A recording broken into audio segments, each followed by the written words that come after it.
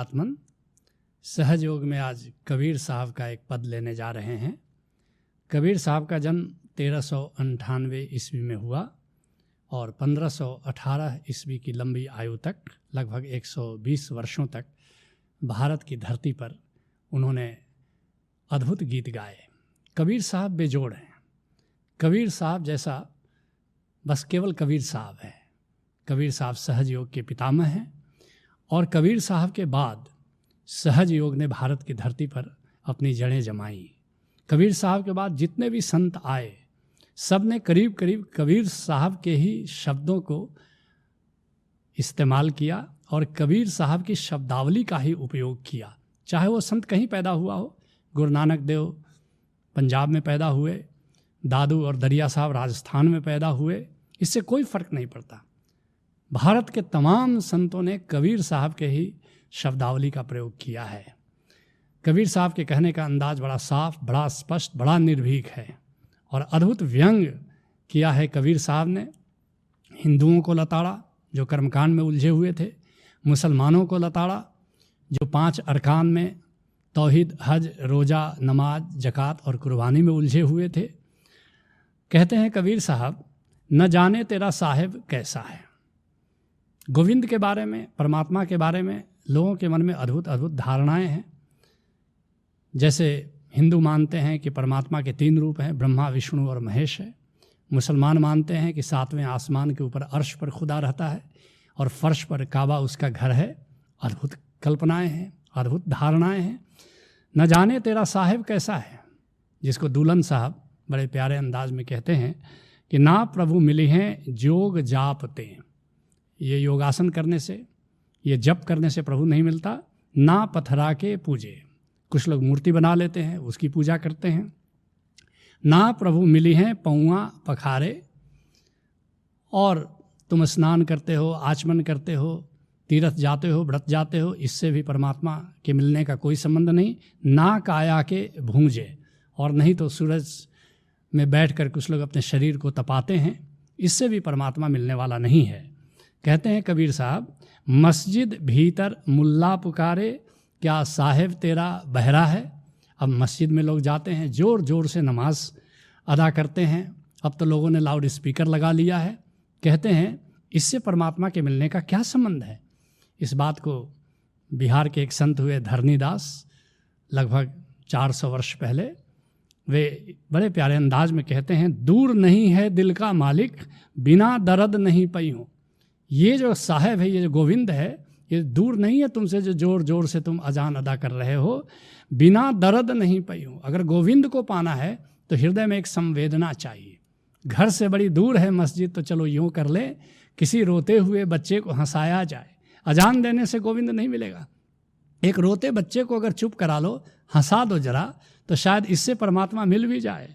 बिना दर्द नहीं पई हूँ, धरनी बांग बुलंद पुकारे, फिर पाछे पछतई हूँ। ये मुर्गे की तरह जो बांग दे रहे हो, इससे परमात्मा या खुदा मिलने वाला नहीं है। जब मृत्यु की बेला आएगी, उस समय तुम पछताते हुए यहाँ से विदा हो जाओगे।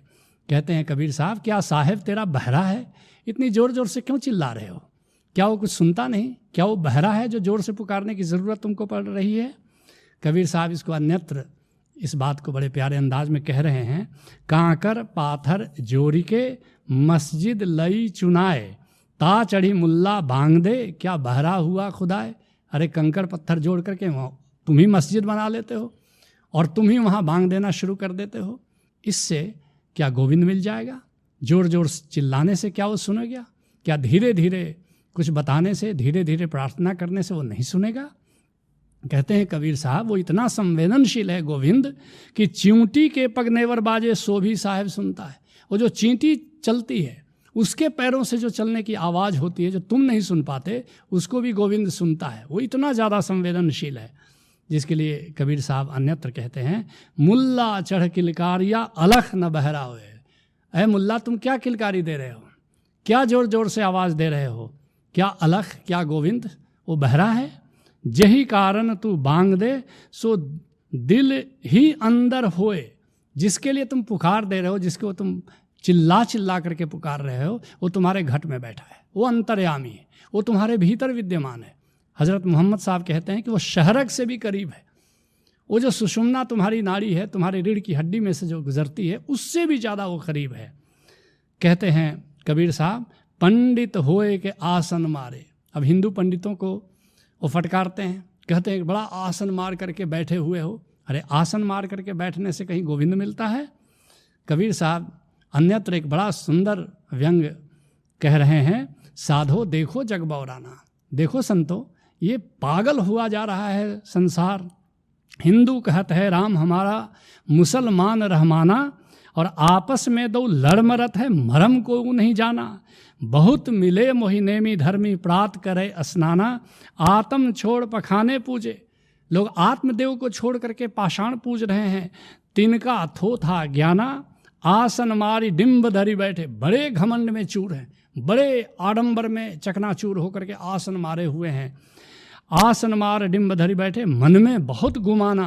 पीतर पाथर पूजन लागे, तीर्थ व्रत भुलाना। कोई पीतर को पूज रहा है, कोई पत्थर को पूज रहा है। नाना प्रकार के आडंबर में, पाखंड में लोग लीन हैं।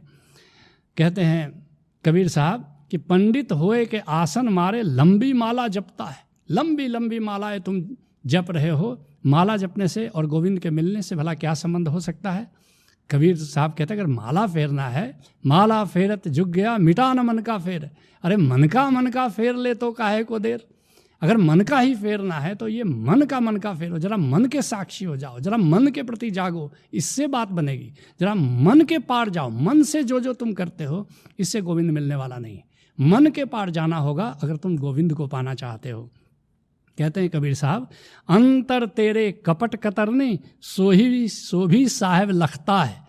अंदर तो बेईमानी भरी हुई है तुम्हारे, अंदर तो धूर्तता भरी हुई है तुम्हारे, अंदर तो चालाकी भरी हुई है तुम्हारे। तुम जैसे जगत को धोखा देते हो, ऐसे सोचते हो कि तुम गोविंद को भी धोखा दे दोगे।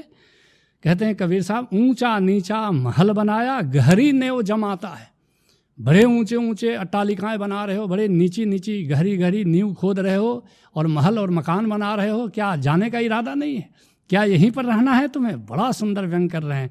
कहते हैं चलने का मन सूबा नहीं, रहने का मन करता है। चलना नहीं है संसार से, यहीं बराबर रहना है तुम्हें। कौड़ी कौड़ी माया जोड़ी, गाड़ी जमी में धरता है।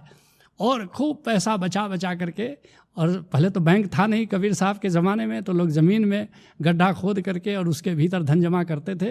कहते खूब धन जमा कर रहे हो ज़मीन के भीतर, जिस लहना है सो ले जई हैं, पापी बही बही मरता है। लेकिन ऐसे ही पापी ज़मीन में धन गाड़ करके रखता है, धन जमा करता रहता है।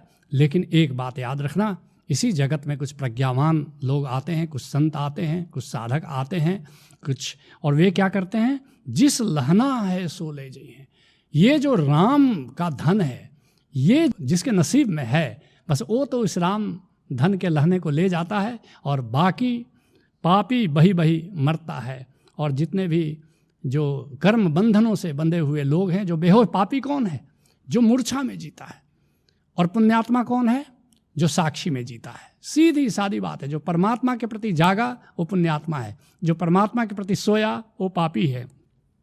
जिसके लिए पलटू साहब कहते हैं, लहना है सतनाम का, जो चाहे सो ले। जो चाहे सो ले, जाएगी लूट उड़ाई, तुमका लुटी हो यार गांव जब धइये लाई। अरे राम नाम की लूट है, लूट सके तो लूट, अंतकाल पछताएगा जब प्राण जाएगा छूट। कबीर साहब इस बात को कहते हैं। लहना है सतनाम का, संत राम नाम को बांट रहा है। जो सौभाग्यशाली हैं, जिनकी किस्मत में है, बस संत से वो राम नाम का धन ले लेते हैं, और बाकी जिनकी किस्मत में नहीं है, बस वो उससे चूकते चले जाते हैं। याद रखना, ऐसा कोई युग नहीं होता जिसमें संत नहीं आता है। मैं कभी कभी सोचता था जब मैं छोटा था, काश मैं कृष्ण के ज़माने में पैदा होता, काश मैं बुद्ध के ज़माने में पैदा होता, काश मैं रामकृष्ण परमहंस के ज़माने में पैदा होता। लेकिन जब बड़ा हुआ और संतों से मिलना जुलना हुआ, तब मैंने जाना कि हद ही हो गई। ऐसा कोई युग नहीं होता जब संत इस धरती पर नहीं रहता। धरती संतों से कभी खाली नहीं होती, लेकिन जो किस्मत वाले हैं, जो सौभाग्यशाली हैं, वे ही संतों के पास जाते हैं। उनके मन में ही परम सत्य की प्यास पैदा होती है, परम सत्य की खोज पैदा होती है, और बाकी लोग ऐसे ही तमाशबीन जैसे आते हैं और जाते हैं इस जगत में। कहते हैं कबीर साहब, हीरा पाए परख नहीं जाने, कौड़ी परखन करता है। ये हीरा रतन अमोल, ये राम नाम धन, ये हीरा है।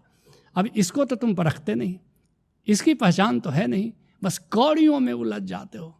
ये धन, ये पद, ये प्रतिष्ठा, ये दौलत और ये शोहरत, ये कौड़ियों की तरह है और इसी में तुम जिंदगी बिता देते हो। जिसके लिए कबीर साहब कहते हैं, रात गंवाई सोए कर और दिवस गंवाया खाए, हीरा जन्म अमोल था कौड़ी बदले जाए। और ये जो जन्म, ये जो मानुष का जन्म तुमको मिला है, ये हीरे की तरह ही ऐसे ही बीता चला जा रहा है। कहते हैं कबीर साहब, कहत कबीर सुनो भाई साधो, हरि जैसे को तैसा है, न जाने तेरा साहिब कैसा है। कैसा है गोविंद? वो जैसे का तैसा है, उसकी उपमा नहीं दी जा सकती, वो उपमा रहित है। कोई भी उपमा दो गोविंद की, वह उपमा गोविंद के समीप भी नहीं जाती। बस गोविंद जैसा गोविंद है और जो तुम हो वो गोविंद के ही अंश हो। जैसे सागर की अंश बूंद है, जैसे चादर की अंश सूत है, बस ऐसे जैसे लहर दरिया में कोई भेद नहीं है, तुम्हारे जैसा ही गोविंद है, ऐसा भी कह सकते हो इसको। इसको एक नए अंदाज में सुनो, हरि में और हम में तत्वतः कुछ भेद ना बाकी, बचा बस एक केवल रिंद या उसको कहो साकी। एक वक्त आता है जब शिष्य और गुरु में भी भेद नहीं रहता, गुरु और गोविंद में तो भेद नहीं ही है, शिष्य और गुरु में भी भेद नहीं रहता, रिंद और साकी में भी भेद नहीं रहता। हरि में और हम में तत्वतः कुछ भेद ना बाकी, क्वालिटी में कोई फर्क नहीं, बस क्वांटिटी में फर्क है। याद रखना, सागर और बूंद में क्वालिटी में कोई फर्क नहीं, क्वांटिटी में फर्क है। ऐसे ही हम में और गोविंद में क्वांटिटी का फर्क जरूर है, लेकिन क्वालिटी का फर्क कुछ भी नहीं है। हरि में और हम में तत्वतः कुछ भेद ना बाकी, बचा बस एक केवल रिंद या उसको कहो साकी, न जाना है न आना है, हुआ निर्वाण प्यारा है।